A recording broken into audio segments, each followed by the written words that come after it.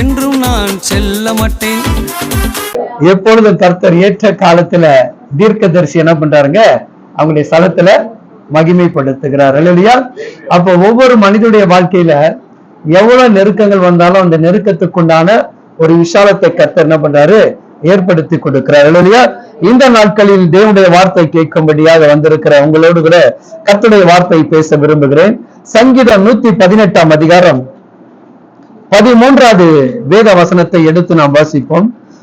நான் விழும்படி நீ என்னை தள்ளினாய், கர்த்தரோ எனக்கு உதவி செய்தார். ஒரு கரங்களை தட்டி கர்த்தருக்கு நாம் நன்றி செலுத்துவோம்.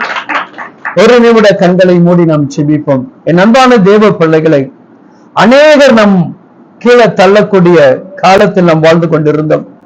ஆனா எல்லாரும் பார்க்கும் போது நம்ம கீழே விழுந்து விடுவோம் என்று சொல்லி பலர் எண்ணிக்கொண்டு இருக்கிற வேளையில நம்மை தூக்கி காப்பாற்றின ஒரு தெய்வம் உண்டு. அந்த தகப்பன் சொல்லுகிறார், நான் உனக்கு உதவி செய்வேன், நான் உனக்கு உதவி செய்வேன். யார் உன்னை தள்ளிவிட்டாலும் நான் உன்னை கரம்பிடித்து தூக்கி உன்னை மீண்டும் தலை நிமிர்த்தேன் என்று சொல்லி நம்முடைய அருளாளர் இயேசு சுவாமி சொல்லுகிறார். ஆண்டவரே, இன்றைக்கு எங்களோடு கூட பேசுங்கப்பா. நம்முடைய வார்த்தைகளை கேட்க நாங்கள் கடந்து வந்திருக்கிறோம். எங்களோடு நீர் இடைப்படுவீராக. பாதத்துல வைத்து செபிக்கிறோம் எங்கள் ஜீவனுள்ள நல்ல பிதாவே, ஆமென். அல்லேலூயா. அன்பான தேவ பிள்ளைகளே, வேதம் சொல்லுகிறது, நான் விழும்படி என்ன என்ன பண்றாங்க, அநேகர் தள்ளினார்கள். அநேகர் எல்லாருடைய வாழ்க்கையில கேட்டா ஏதோ ஒரு வகையில் நம்ம என்ன பண்ணிருப்போம், தள்ளப்பட்டு இருப்போம் இல்லையா? ஏதோ ஒரு காரணத்துல நம்ம என்ன பண்ணிருப்பாங்க, காயப்படுத்திருப்பாங்க, இல்ல கீழே தள்ளி இருப்பாங்க.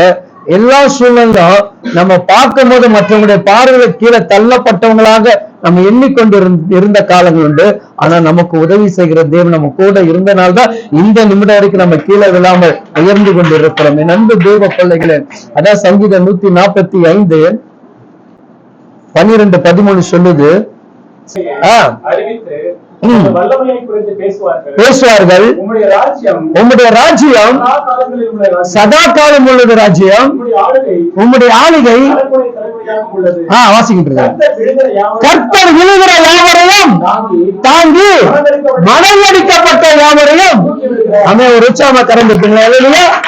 என் அன்பு தேவ பிள்ளைகளை, உங்களை உயர்த்துகிற ஒரு தேவன், உங்களை மேன்மைப்படுத்துகிற ஒரு தேவன் உங்கள் தலைகளை என்ன பண்றாருங்க, எல்லாருக்கும் முன்பாக கனமாக வைக்க விரும்புகிறார். யாருமே நம்மளை கீழே தள்ளிவிட முடியாது. அது ஊழிய பாதைகளாக இருக்கலாம், குடும்ப பாதைகளாக இருக்கலாம், உன்னுடைய வேலை ஸ்தலமாக இருக்கலாம். எப்படிப்பட்ட மனுஷன் உன்னை தள்ள வேண்டும் என்று எண்ணினாலும் அங்கு உதவி செய்யக்கூடிய ஒரு தகப்பன் உன் கூட இருக்கிறார் என்று நம்புகிற மட்டும் தலைக்கு மேல கரங்களை தட்டி உங்கள் தகப்பனுக்கு நன்றி சொல்லுங்க. நம்ம வெட்கப்படுத்தாமல் நடத்துகிற ஒரு தேவன், நாம் இருக்கக்கூடிய உண்மை, நாம் தேவன் மீது வைத்திருக்கிற பிரியம், அவரை நேசிக்கிற அன்பு, இதெல்லாம் சரியான பாதையில் இருக்கும் என்று சொன்னால் அவர் ஒருபோது என்ன பண்ண மாட்டாருங்க, நம்ம கீழே தள்ள மாட்டார். இல்லையா? நிறைய முறை நம்ம தாவீது விழுந்துடுவான், தாவீது எழுந்திருக்க மாட்டான் அப்படின்னு யாரு நினைச்சிருந்தா? சவுல் நினைச்சுக்கிட்டே இருந்தான். எத்தனையோ முறை அவனை கீழே விழ தள்ள முடியாத பல சம்பவங்கள் வந்தது.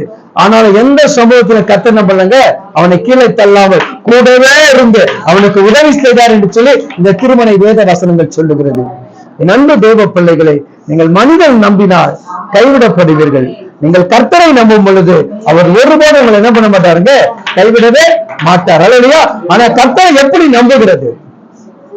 சாதாரணமா நம்ம மனுஷனை நம்பாம இருக்குன்னா அந்த மனிதர் மூலம் தான் கர்த்தர் நமக்கு என்ன பண்றாருங்க, இந்த கிறிஸ்துவை வெளிப்படுத்துகிறார். யாரும் நம்ம எந்த மனுஷனை தெரிஞ்சு கிறிஸ்துவை ஏற்றுக்கொள்ளணும் யாராலும் சொல்ல முடியாது. எனக்கு யாரோ ஒரு மனுஷன் மூலமா கர்த்தர் பண்ணியிருப்பாரு, வார்த்தைகளை சொல்லியிருப்பார். அப்ப அந்த மனிதன் சொன்ன வார்த்தையை கேட்கும் பொழுது என் இருதயம் தொடப்பட்டு நான் மாறி இருக்கிறேன் என்று சொன்னால் அந்த மனிதன் எனக்கு சொன்ன வார்த்தை மெய்யான வார்த்தை என்பதை நாம் அறிய வேண்டும். சிலர் சொல்லுகிற வார்த்தைகள் வேறு விதமாக இருக்கலாம். சிலர் சொல்லக்கூடிய வார்த்தை உனக்கு ரட்சிப்புக்கு உண்டானதாக இருக்கும், உன் தலைகளை தூக்கி விடுகிறதாக இருக்கும். அப்ப நமக்கு யார் சொல்லப்படுகிற வார்த்தை, எப்படிப்பட்ட வார்த்தைகள் நமக்கு சொல்லப்படுகிறது? இன்னைக்கு அநேக பேர் என்ன பண்றாங்க, நான் கீழே விழுந்துட்டேன், நான் அவமானம் அடைஞ்சிட்டேன், நான் நிந்தைகள் அடைஞ்சிட்டேன், இதே நம்ம என்ன பண்றாங்க, ஒவ்வொரு முறையாக நாம் பேசிக்கொண்டு இருக்கிறோம். என் அன்பு தெய்வ பிள்ளைகளே, எந்த சூழ்நிலை கர்த்தர் உன்னை வெட்கப்படுத்துகிறார் என்று சொன்னால் அந்த வெட்கத்துக்கு மேலான ஒரு ஆசீர்வாதங்கள் உண்டு. அதுலயா நான் ஒரு வசனத்தை நான் உங்களுக்கு சொல்லுகிறேன். இப்ப நான் ஜெபித்துக் கொண்டு இருக்கும் பொழுது ஒரு வார்த்தை சொன்னார். ஏன் சில நேரங்களில் நாம் இந்த காரியத்தில் விழுந்து விடுகிறோம் என்று சொன்னால், நம்முடைய வாயின் வார்த்தையினால் என்ன பண்றாங்க, சில நேரங்கள் நம்முடைய ஆசீர்வாதங்களையே நாம் இழந்து போகிறோம் என்பது வேதம் நமக்கு சொல்லுகிறது. அல்லையா? அந்த வசனத்தை மட்டும் நான் சொல்லுகிறேன். அன்பான தேவ பிள்ளைகளை, வார்த்தைகளை வார்த்தையாக நீங்க கேட்கும் பொழுது அந்த வார்த்தை உங்களோடு கூட பேசும். யோபின் புஸ்தகம்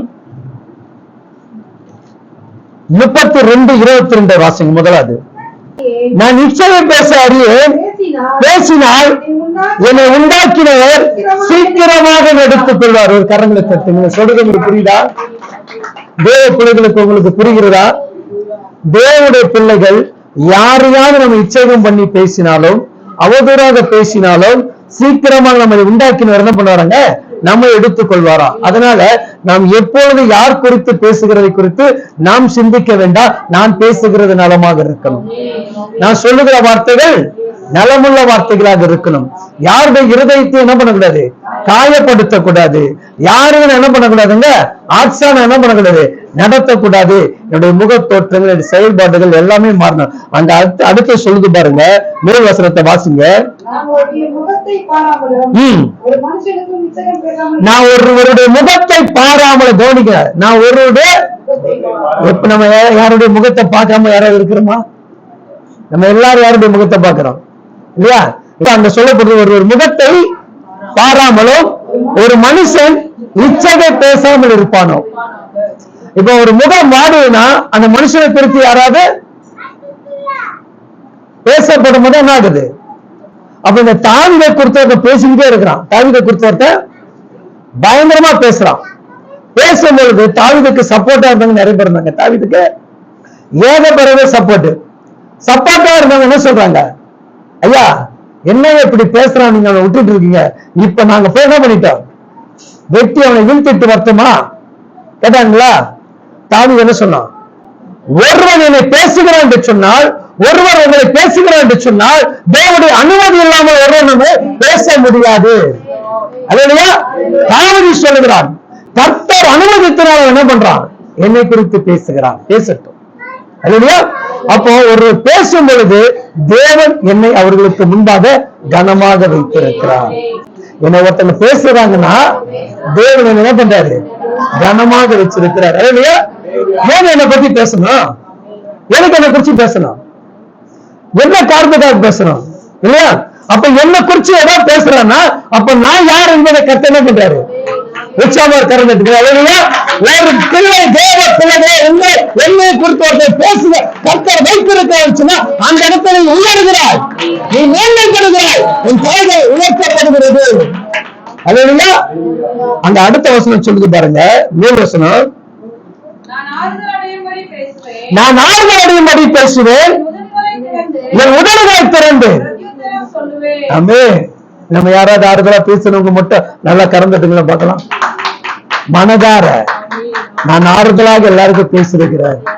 கஷ்டப்படும் போது, வேதனை அடையும் போது, துக்கம் அடையும் போது, நிந்தைகள் இருக்கும் போது வரல பார்த்தீங்களா, நம்ம கிட்ட வரல பார்த்தீங்களா?